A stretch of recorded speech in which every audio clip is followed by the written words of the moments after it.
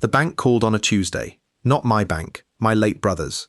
I hadn't touched that account in 3 years, not since Warren died and left me as executor of an estate that was supposed to be simple. A modest house, a pickup truck, and $40,000 split between his 2 kids. Simple, until the woman on the phone asked why I'd authorized a wire transfer of $86,000 to an account in Scottsdale, Arizona. I hadn't authorized anything. I asked her to repeat the date, March 14th. I was in Tulsa on March 14th, at a concrete plant, wearing a hard hat, arguing with a supplier about rebar specs. I have the time-stamped photos to prove it. Someone had used my name, my signature, forged well enough to pass a teller's glance, to move money out of a dead man's estate and into an account that, when I finally got a name attached to it 3 days later, belonged to my niece's husband, Derek. I sat in my truck in the plant parking lot for 11 minutes without turning the key. Not because I was in shock, because I was doing math. My name is Harold Voss. I'm 66 years old, and for 31 years I ran structural inspections for commercial builds across 3 states. The guy they call when a foundation cracks and nobody wants to say why. I know how to read a building for what it's hiding. Turns out, I was about to need that same skill on my own family. Warren was my younger brother by 4 years, and when his wife left him with 2 teenagers and a mortgage, I was the one who showed up. Not because I was owed anything, because that's what you do. I co-signed his truck loan. I paid for his daughter Nadine's braces the year his hours got cut at the plant. When he got sick, pancreatic, fast, brutal, I was the one who sat with him at MD Anderson while his kids finished their semester, because he insisted they not miss school for a man he already knew wasn't coming home. Before he died, he asked me to be executor, not a lawyer, not a bank trust department, me. "You're the only one who won't skim it," he said, half joking, both of us knowing it wasn't really a joke. Nadine was 24 then, engaged to a man named Derek Halbrook, who sold commercial insurance, and had a handshake just a little too firm, a smile that arrived half a second before it should have. I didn't love him. I also didn't hate him enough to say anything, because Nadine looked at him the way her mother used to look at Warren before things went bad, and I wasn't going to be the uncle who ruined that. I managed the estate the way I managed every job site. Slow, documented, boring. The house sold for $214,000. The truck went to Nadine's brother, Colton, who was 21 and still finding his feet. The rest sat in an estate account, earning almost nothing, waiting on probate to clear so I could disburse it clean, in writing, with both kids' signatures and a lawyer's seal on it. Derek had asked me once, at Thanksgiving, how all that estate stuff was going. Casual, between bites of stuffing. I told him it was moving along, slow as these things do. He nodded, like a man filing something away.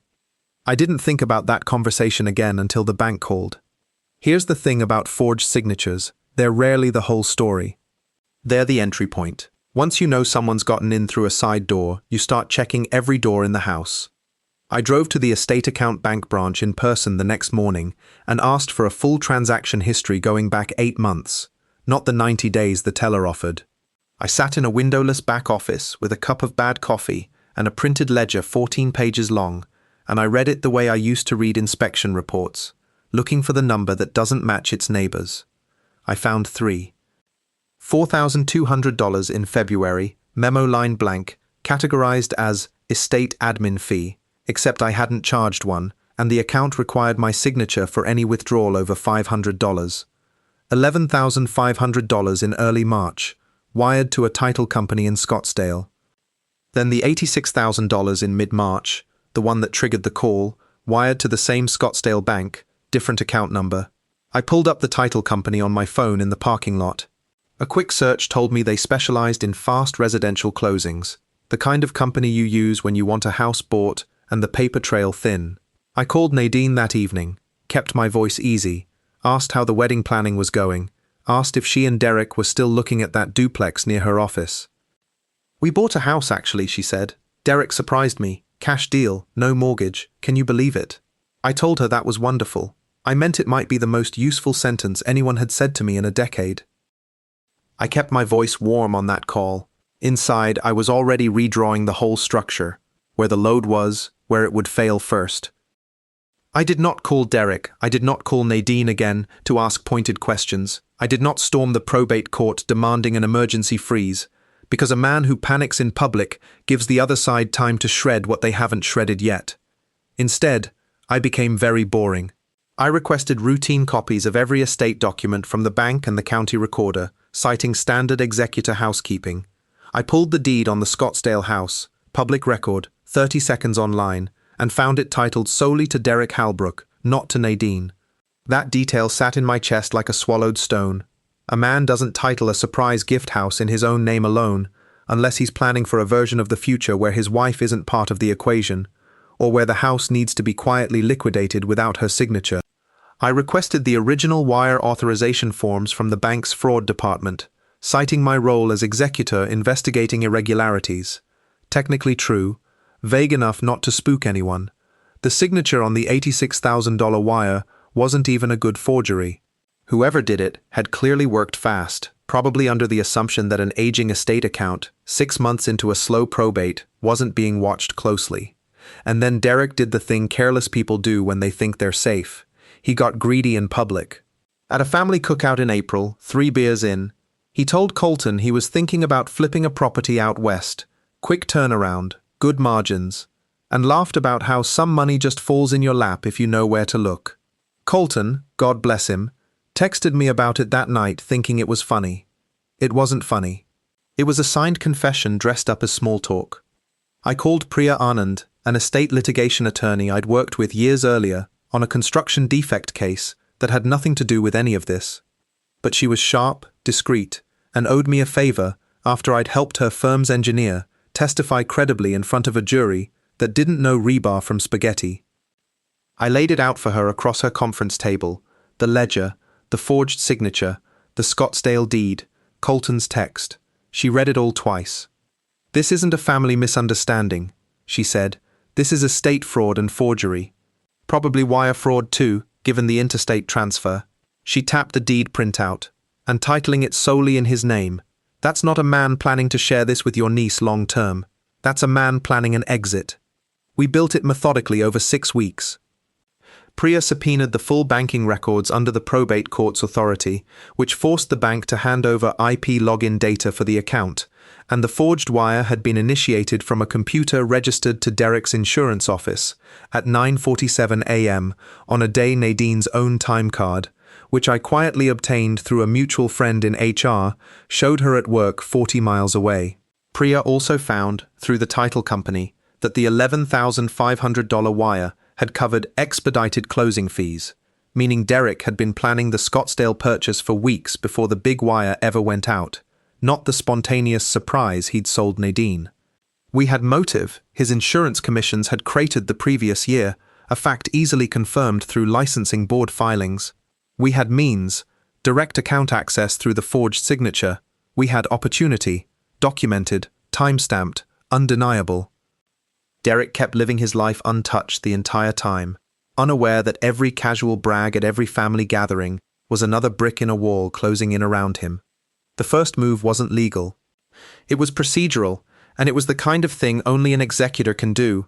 I formally petitioned the probate court to freeze all remaining estate disbursements pending an internal fraud review.